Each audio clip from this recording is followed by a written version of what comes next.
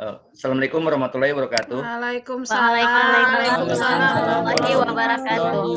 Apa kabar, Nak? Baik, baik, Pak. Bagaimana kondisi sekarang nih? Kan udah tahun kedua nih pandemi nih. Masih sehat-sehat saja kan? Alhamdulillah. Ya semuanya yang bisa, ayo toh. Terus? Tarik. Sebelum kita mulai pembelajaran ini, kita berdoa dulu ya. Coba Yadi dipimpin doanya untuk memulai pelajaran hari ini. Pak, Kalian harus komentar. Ya. Saya kan kuotanya tipis nih Pak. Saya ini aja off video Pak ya. Takut Ya, boleh. jalan, kan. Oke. Boleh. Ya. Yang penting memperhatikan ya, dengarkan ya. Ya Pak. Siap. Silakan pimpin. Oke kawan-kawan, sebelum kita mulai belajar hari ini, ada baiknya kita berdoa dulu ya. Berdoa menurut kepercayaan masing-masing, berdoa dimulai. Selesai. Memberi salam. Assalamualaikum warahmatullahi wabarakatuh. Oke, waalaikumsalam warahmatullahi wabarakatuh. Sebelum kita mulai, Bapak absen dulu ya. Siapa yang tidak hadir hari ini? Tony, Pak. Tadi izin, ibunya sakit. Tony ya? Oke, Bapak catat, Tony. Terus siapa lagi yang tidak hadir lagi? Cuman Tony aja kayaknya, Pak. Oh, cuman Tony aja. Oh iya, Iya. kalian sudah menerima link absen? Udah, Pak. Oke, Sudah, baik. Pak. Sudah Pak, sudah. Ya, nanti diisi ya. Ini yang berarti Siapa? hari ini yang tidak hadir di Zoom kali ini Tony saja ya? Iya, Pak. betul, Pak. Oke, sebelum masuk materi, Bapak akan menjelaskan dulu tentang pelajaran hari ini. Ya, pelajaran hari ini tentang konsep seni. Sebelum masuk ke konsep seni, Bapak mau menjelaskan tentang kompetensi dasar yang harus Anda miliki ya. Iya, Pak. Yang pertama, kompetensi dasarnya yaitu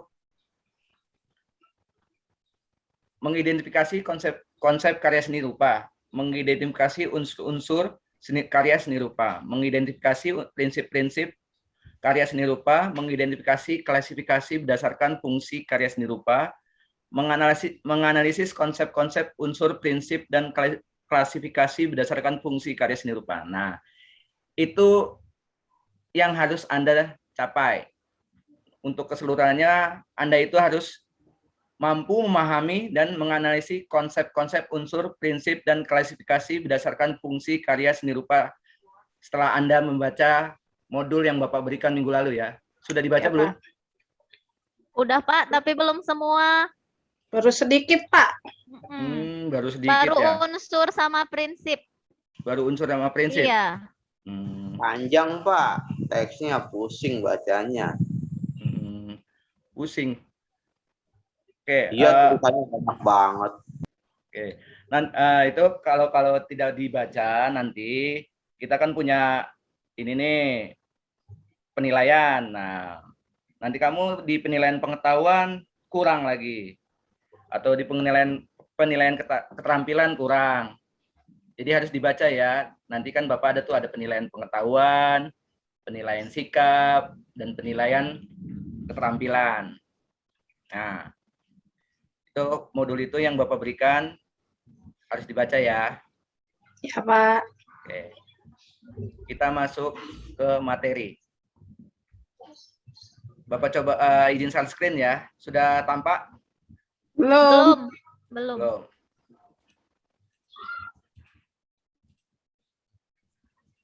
Oke. Nah, sudah tampak? Sudah, Pak. Oke. Konsep seni. Sebelum kalian masuk ke konsep seni, kalian harus tahu dulu pengertian seni. Nah, ini dia. Pengertian seni rupa. Seni rupa adalah bagian atau cabang-cabang dari seni yang menitik beratkan nilai-nilai estetis pada unsur-unsur rupa atau wujud-wujudnya adalah sejumlah karya manusia yang terindra oleh serta dapat membangkitkan atau menggugah perenungan keindahan para penikmatnya. Coba, ada yang ingin bertanya? Pak, kalau seni rupa itu apa harus indah ya, Pak ya? Nah, seni rupa itu indah menurut pandangan mata dan hati. Jadi sesuai dengan penikmatnya gitu. Seni rupa itu kan berhubungan dengan rupa, berhubungan dengan wujud. Jadi selama penikmatnya bisa melihat menggunakan mata dan hati, nah itu akan tercipta keindahan-keindahan gitu loh. Walaupun tuh yang dilihat abstrak tapi menurut yang melihatnya indah, ya indah berarti subjektivitas terhadap karya seni rupa itu ada. Seperti itu. Baik, Pak, kalau ngomongin indah-indah itu cewek, itu si Susi indah, Pak. Cantik itu seni bukan, Pak? Ya tergantung sudut pandangnya di mana nih, menurut Bapak atau menurut kamu gitu. Kalau Pak, menurut kalau Bapak, saya mah Pak, karya seni ciptaan Tuhan, Pak. oh Iya kan, Pak? ya ya benar karya seni ciptaan Tuhan melalui para seniman-senimannya ya. Jadi Tuhan menurunkan ide dan gagasannya melalui para seniman-seniman untuk diciptakan secara visual ya. Seperti itu. Makanya disebut karya seni ciptaan Tuhan ya, karena yang memberi ide dan gagasan adalah Tuhan. Nah, oke. Berikutnya nih, tunggu berikutnya adalah pengertian seni menurut para ahli. Nah, nih, seni adalah ungkapan emosi yang ingin disampaikan orang lain dalam keadaan hidup, bermasyarakat, berkelompok. Nah, seperti itu. Nah, Kutunigas seni rupa merupakan suatu kelompok dari ide-ide, gagasan, nilai, norma-norma, dan peraturan di mana kompleks aktivitas dan tindakan berpola dari semua manusia dalam masyarakat dan biasanya terwujud benda-benda hasil manusia. Nah, ini dia. Nah, di dalam karya seni rupa itu ada unsur-unsur karya seni rupa. Nah, di dalam karya seni rupa ada dua unsur. Yang pertama unsur fisik dan unsur non-fisik. Nah, di mana unsur non-fisik itu terdapat pada eksternal senimannya. Yang pertama ini, unsur non-fisik, tema seni rupa, hubungan manusia dengan dirinya, hubungan antara manusia dengan alam khayal, hubungan antara manusia dengan manusia lain, hubungan antara manusia dengan benda, hubungan antara manusia dengan alam sekitarnya. Nah, apa yang dimaksud hubungan antara manusia dengan dirinya? Nih contohnya, contoh karyanya. Tuh, ini dia. Nah, nah ini siapa tahu? Avandi, Pak. Oh iya, ada tulisannya di bawahnya. Iya, Pak. Iya, jadi coba tadi Bapak tutup ini. Jadi Saya oke. pun sempat duga kok pintar kali si Dede gitu, Pak. Iya. Karena ada tulisannya. Gitu. Oke, ini karya Avandi yang judulnya Potret Diri dan Topeng-Topeng Kehidupan. Nah, di sini sang maestro Avandi ini mengungkapkan dirinya gitu. Potret dirinya gitu, mengungkapkan potret dirinya tentang melihat kehidupan seperti itu. Nah, menurut kritik seni yang ada di modul-modul yang ada atau pameran-pameran yang pernah diadakan Avandi seperti itu. Nah, berikutnya adalah hubungan antara manusia dengan alam khayal. Oh, alam khayal mimpi gitu. Nah, ini dia karya Salvador Dali, The Presence of Memory. Nah, ini dia Salvador Dali menggambarkan seperti ini. Nggak mungkin kan meleleh gini kan jam. Dia menghayal nih di alam mimpi. Tuh. Jam karet ya, Pak? Iya, pada meleleh. Mungkin bisa berhubungan di Indonesia kali ya. Mungkin Ya, kalau jam kalian karet. ya, kalau kalian berkarya nanti bisa nih diterapkan di Indonesia. Contohnya apa yo kok? Contohnya ayo. Masuk kelas nggak tepat waktu. Satu, itu nah. Masuk kelas tidak tepat waktu. Terus jam istirahat udah minta duluan. Ya. Padahal jamnya belum. Itu Mayadi, Belum Pak. pulang. Belum pulang udah minta pulang. Bahkan ada yang pulang duluan, Pak. Iya. Itu Kan makanya. emang di rumah belajarnya, Pak. Jadi udah di rumah, jadi pulang duluan, Pak. Oh, nah berikutnya adalah hubungan manusia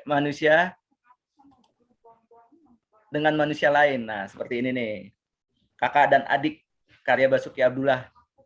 Nah, Basuki Abdullah menggambarkan bagaimana keakraban seorang kakak dan adik.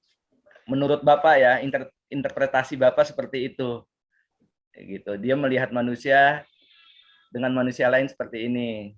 Tuh, ada. Nah, berikutnya adalah hubungan manusia dengan benda. Nah, ini menggambar objek-objek benda, mau benda hidup maupun benda mati. Seperti itu. Nah, yang berikutnya lagi hubungan antara manusia dengan alam sekitar. Nah, ini karyanya Raden Saleh, karya sang maestro kita. Ini dia, hubungan manusia. Kelihatan jelas? Ada Kelihatan. manusianya, ada alamnya. Nah, yang tadi yang tadi Dede bilang, atau Susi tadi kalau nggak salah bilang, karya seni ciptaan Tuhan ya? Ah, betul. Iya. Nah, ini dia. Jadi Raden Saleh mungkin dapat inspirasi atau ide dan gagasannya melalui Tuhan, ditangkap oleh mata, diproses oleh otak dan hati. Nah, terciptalah karya seni ini. Tuh. Nah, berikutnya hubungan manusia dengan aktivitasnya. Nah, ini kalian tahu apa? Mural, Pak. Bukan. Mural. Iya. Ya, betul, mural. Mural 3 dimensi apa ya? Yap. Akuarium dimensi. itu Pak ya? 2 Ya. dimensi. Akuarium siapa itu? Poster A. Ini aktivitas apa yang dia gambar? Di laut, Pak. Nah, itu dia hubungan manusia dengan aktivitas. Jadi kita gambar aktivitas-aktivitas manusia yang ada gitu. Misalnya kita menggambar aktivitas pasar, aktivitas di mall, kita gambar seperti itu. Nah, berikutnya tujuan. Nah, tujuan dari karya seni rupa. Nah, tadi kan ada tuh Avandi, tujuannya apa? Terus si Basuki Abdullah apa? Terus banyaklah karya-karya seniman besar kita, Raden Saleh, Sujoyono. Ini tujuan karya ya, udah paham tujuan karyanya? Paham, Pak? Sampai Oke, berikutnya adalah, nah nih aktualisasi diri, karya dari siapa yo? Mas Irun. Nih, Ada namanya, Pak. Nah, ini dia mengaktualisasikan diri sebagai penduduk Indonesia. Seperti ini dia aktualisasi diri. itu ngangkat Monas itu ya, Pak ya? Iya, dia pengen. Nah, ini berikutnya. Nah, ini eksperimen karyanya Heridono. Nah, ini salah satu seniman yang Bapak sukai. Ya. Karya-karya dia sangat eksperimen, sangat-sangat di luar kebiasaannya. Tuh, nah, kalau kalian mau lebih tahu lagi nanti di googling aja karya-karya Heridono. Nah, berikutnya adalah fungsi karya. Nah, fungsi karya itu fungsi terapan. Nah, yang dimana dimaksud fungsi terapan yaitu karya seni yang berfungsi selain untuk keindahan, juga memiliki fungsi pakai dan terapan. Nah, itu fungsi ya. Berikutnya fungsi murni. Nah, ini dia salah satu maestro juga. Karya seni rupa yang hanya berfungsi untuk kepuasan ekspresi, itu dia. Nah, dari tadi sebelum konsep seni kita harus tahu apa dulu? Unsur Betul. seni ya, Pak? Ya, terus apa lagi? Ya, Dede betul. Prinsip seninya, Pak. Ya, betul, Susi. Terus apa lagi? Apa ya? Apa ya, Pak? Lupa tadi apa ya? Fungsi dan Oh tujuan. iya, fungsi. Nah, Iya, betul. berarti sebelum kita mengetahui konsep seni, kita harus tahu dulu. Pertama itu adalah pengertian seninya dulu. Dia termasuk seni apa nih? Seni rupa, apa seni musik, atau seni patung, atau seni yang lainnya gitu. Kita harus tahu dulu nih sebelum kita beranjak ke unsur, prinsip, terus ke fungsi, terus ke tujuan. Tujuan dia berkarya seperti itu. Jadi kita harus tahu dulu. Nah, ini unsur-unsur seni rupa nih. Titik, garis, bidang, bentuk, warna, bahan, tekstur. Nah, ini harus tahu dulu nih, kalian pahami nih sebelum tahu karya seni rupa. Ya. Oke. Ya, Pak. Ada yang kurang tidak nih? Unsur-unsur fisik karya seni rupa? Garis, bidang, bentuk, Ayo. warna, bahan. Gradasi, Pak ya, gelap terang. Betul, pintar sekali sih Bu, pintar sekali Susi. Yang kurang adalah gradasi atau gelap terang. Bagus, berarti udah dibaca modulnya. Nah, ini secara unsur fisik ya. Tadi unsur apa tadi di atas sebelumnya? Non Unsur fisik. non fisik. Iya, betul. Unsur fisik dan unsur non Fisik. fisik. Ya, berikutnya ini dia berikutnya kita masuk ke prinsip-prinsip karya seni rupa yang dimana yang tadi Bapak bilang. Sebelum itu kita harus tahu ini prinsipnya. Prinsip yang pertama adalah kesatuan. Prinsip kesatuan adalah unity merupakan sebagai wadah unsur-unsur yang lain yang ada di dalam seni rupa, sehingga unsur-unsur seni rupa saling berhubungan antara satu sama lain dan tidak berdiri sendiri. Nah, jadi dia nggak terpisah-pisah gitu. Itu. Seperti karya seni juga kita harus tahu unsur-unsurnya awal apa tadi. Titik, garis, bidang, bentuk, warna, gelap terang, sama tekstur. Nah, itu dia. Selama kita tahu atau paham itu unsur-unsur karya seni, kita bisa membuat karya seni yang hebat dan bagus gitu dan indah. Itu lanjut nih, sekarang kita harus dalamin prinsip-prinsipnya nih. Pertama prinsip kesatuan. Nah, dalam karya seni harus memiliki prinsip kesatuan. Nah, ini contohnya.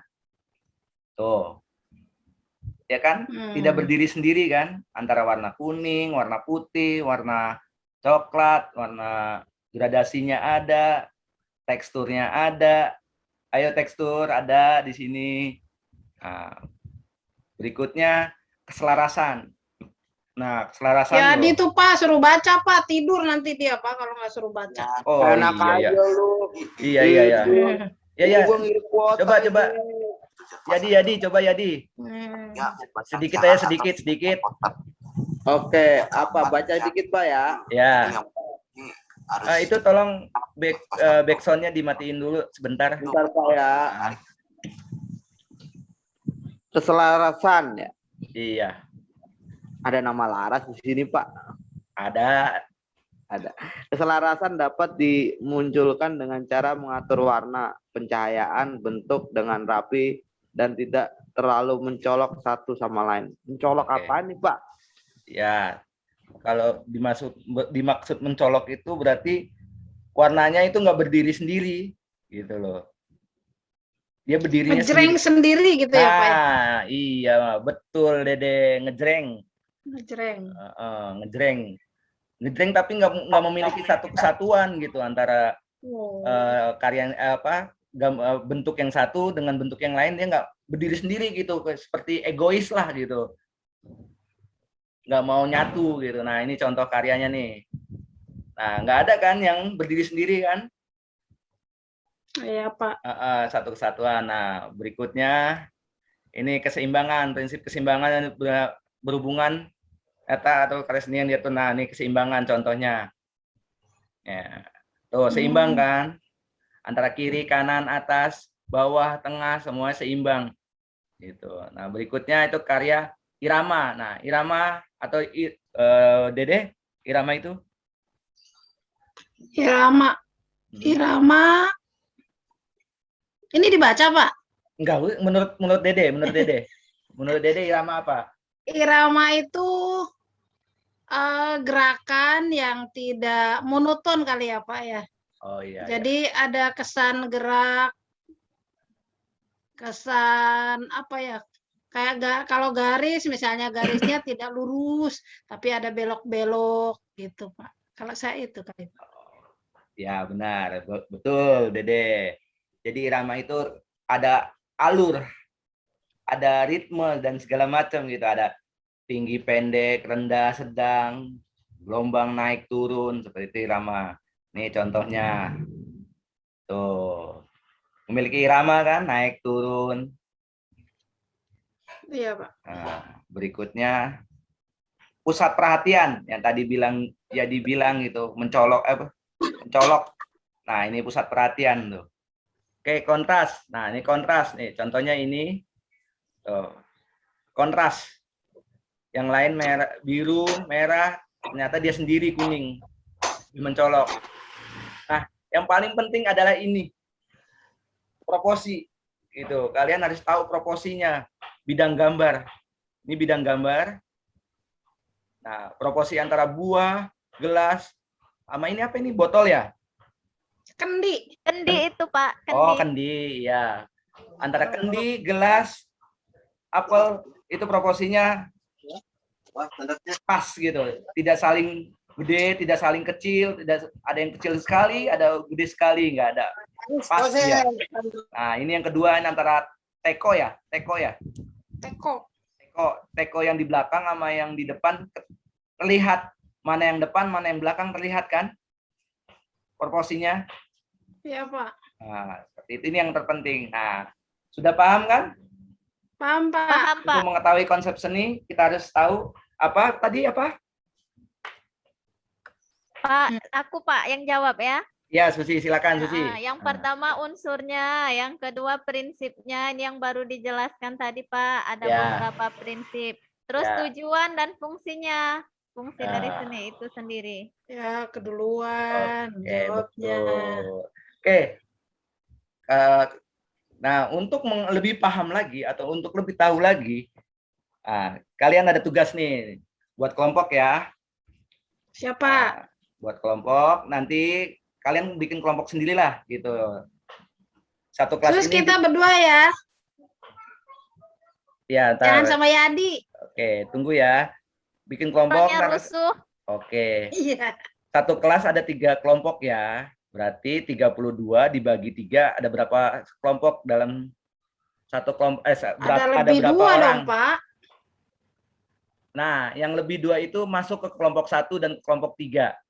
Gitu. Jadi ada berapa Ya, kelompok jumlahnya? 10. Ada 10 kelompok ya. Atau dikecilin lagi, jadi 4 kelompok aja. 4 kelompok, 32 bagi 4, berarti satu kelompok isinya 12 orang ya. Nggak kebanyakan, Pak. Nanti malah cuma ngobrol. Enggak, ini kan ada 2 video. Jadi nanti kalian bagi Oh. saja gitu, oke? Oh iya, Pak. Iya, Ya, Pak. siap, Pak. Ya. Ini ada videonya. Tolong kalian lihat nih contoh 1 videonya seperti ini, kalian tonton dulu. Sudah? Kelihatan, Pak. Sudah. Ya, Pak. Oke, ya.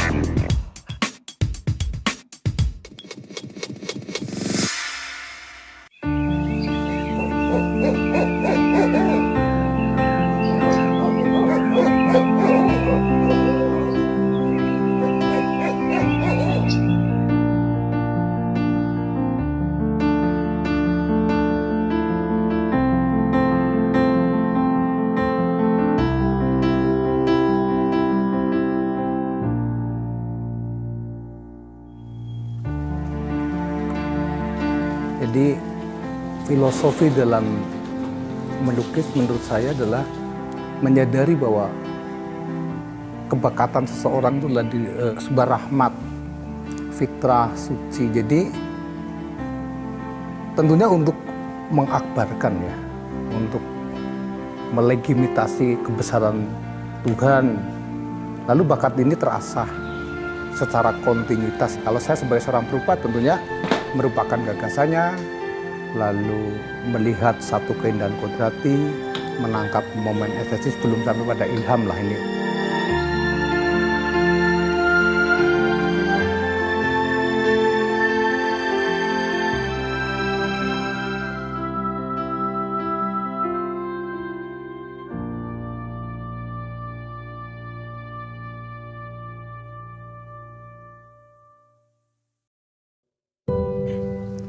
Jadi lukisan ini dari obrolan kemarin, kecintaan saya terhadap alam, dan saya diberi satu karunia bakat melukis. Jadi ini gambaran dari alam metropolitan. Artinya bahwa kita dikaruniai satu kekayaan alam, yaitu yang saya kira di sana ada satu keindahan kodrati yang saya kira menjadi inspirasi, menjadi warisan. Saya kira itu hijaunya alam ini betul-betul sudah tidak terasa, tidak tampak dalam sebuah karya saya. Tetapi ada keputihan figure dari, bukan keputihan itu dalam arti suci, tapi dulu membeti sawah sebagai simbol yang merah untuk menakut-nakuti atau mengusir burung itu. Gitu. Ya.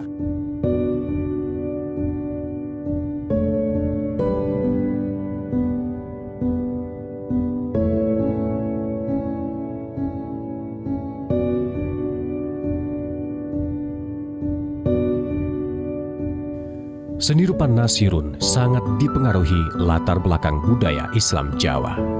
Mulai kaligrafi, wayang, hingga objek berbau mistis. Saya diwariskan oleh almarhumah ibu saya yang dekat dengan, kalau di Jawa namanya Kejawen, tapi kalau di Pasundan itu Sunda Wiwit.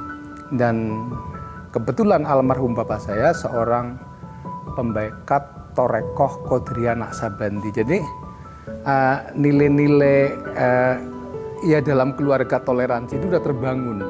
Jadi apa yang dilakukan bukan keteladanan lagi, yang perilaku dari almarhumah ibu saya itu menjadi inspirasi yang selalu saya timba. Itu bukan semakin kering, tetapi justru semakin jernih betul itu loh. Lalu direm oleh perilaku almarhum bapak saya yang notabene muslim yang torekoh tadi itu. Jadi banyak sekali menginspirasi. Bahkan kalau jeda sesaat untuk merenung, untuk kontemplatif itu tidak berjarak, warisan masa lampaunya itu muncul. Moga-moga, saya masih belajar, semoga kita tetap jujur untuk melukiskan apa yang ada dalam pikiran, apa yang kita rasakan. Saya kira lukisan itu ada suasana yang ditangkap, ataupun kalau istilahnya Nyoman Gunarsa ada taksunya, istilahnya Pak Widat ada gerengnya. Dan ini yang saya kira tidak sekedar gambar ataupun lukisan, perupa ini juga ingin memberikan, kalau saya mengatakan roh terlalu jauh, suasana dalam karya itu.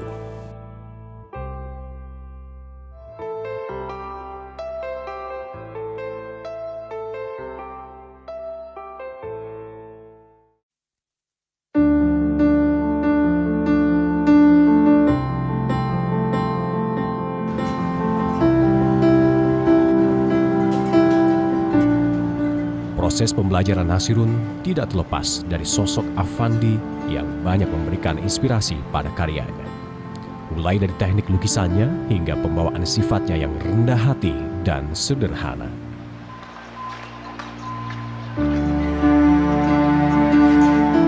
Saya kira Affandi tokoh dunia lah, yang hidup di masyarakat timur gitu.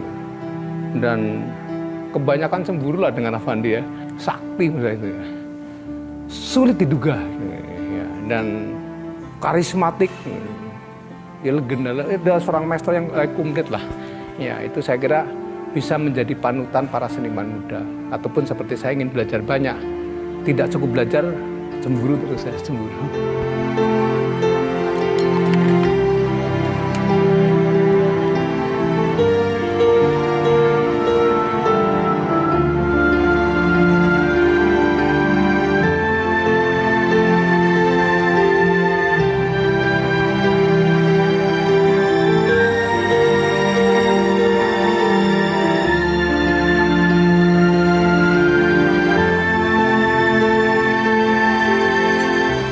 Jadi lukisan ini temanya ziarah.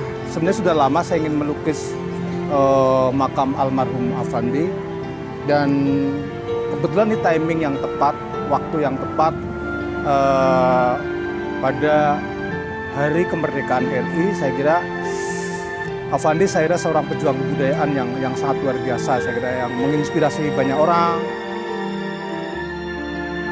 Affandi saya kira orang yang arif, yang rendah hati, yang nyolong petek. Nyolong petek itu tidak bisa diduga, tapi saktinya itu luar biasa.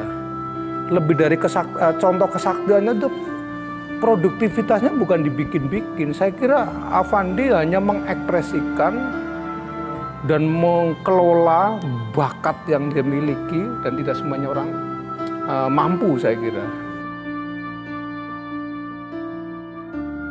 Oke, nah ini contohnya. Nah, link videonya Bapak share ya. Ya, Pak. Nih, link videonya Bapak share. Tunggu. Tinggal kalian tonton. Lalu kalian isi LKPD-nya ya. Kita Iya. isi LKPD, kita diskusikan. Ini link videonya. Sudah ada di chat room? Belum. Link videonya?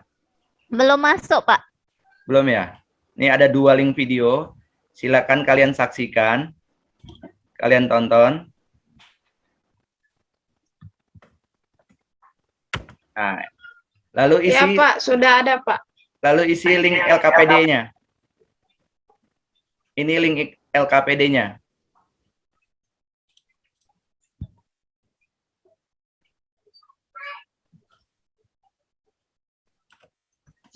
Oke, Belum muncul, Pak. tunggu, masih dalam perjalanan. Nah, Nah, ini link. sudah, Pak, ya. Oke. Nanti habis itu kalian isi link LKPD, kalian diskusikan sama teman-teman kalian hasilnya, lalu dipresentasikan ya. Ya, Ya, Pak. siap, Pak. Nah, Ya, Pak. sepertinya jam kita udah mau habis ya. Iya, Pak. Oh, berarti tugasnya buat minggu depan ya. Minggu depan kalian presentasi ya. Iya, Pak. Satu kelompok presentasi tentang hasil dari pengamatan kalian terhadap video tersebut. Oke. Nah, sebelum Ya, Pak. mengakhiri pelajaran ini, coba Dede simpulkan pelajaran hari ini. Baik, Pak. Teman-teman, pelajaran hari ini kesimpulannya adalah membuat sebuah konsep seni ya, Pak? Ya. Lupa tadi. Ya udah. Konsep seni yang dipelajari yang pertama adalah tentang Sus, tadi apa, Sus? Yang pertama, Sus? Lupa. Ya sudah ya sudah. Coba Ampun. Susi. Jadi Maaf, Pak. tadi Ya, nggak apa-apa. Bapak itu menerangkan tentang pertama pengertian seni ya, Pak. Jadi sebelum bahas yang lebih lanjut, konsep seninya itu harus tahu dulu. Terus Ya, unsurnya iya. itu ada unsur fisik dan non fisik, iya Ya kan, Pak? betul.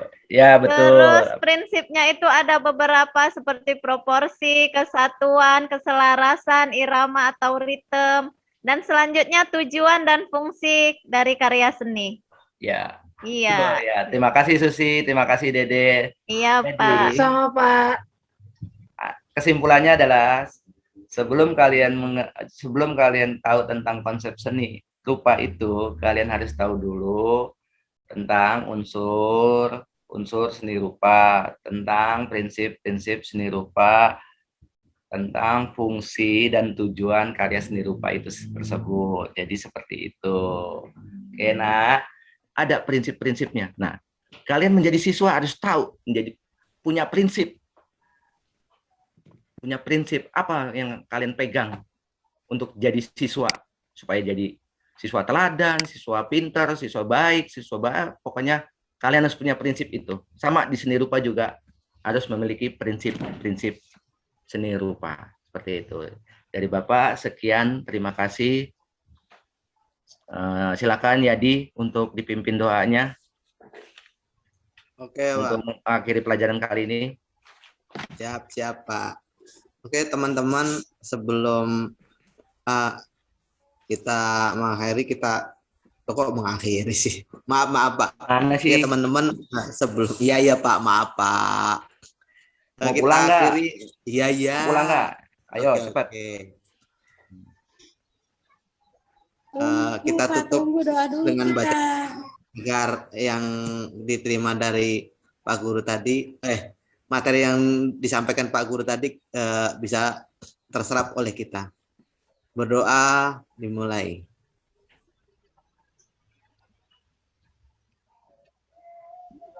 Memberi salam. Assalamualaikum warahmatullahi wabarakatuh. Waalaikumsalam Kasih, warahmatullahi wabarakatuh. Terima kasih, sampai ketemu minggu depan. Jangan Ya. lupa jaga kesehatan, Iya, prokes. jangan minus lagi dong, Pak. Prokes, ya, maaf ya, maaf Ibu Fitri, Fitri, minggu depan jangan diulangin lagi ya Fitri, jangan bawa lagi ya.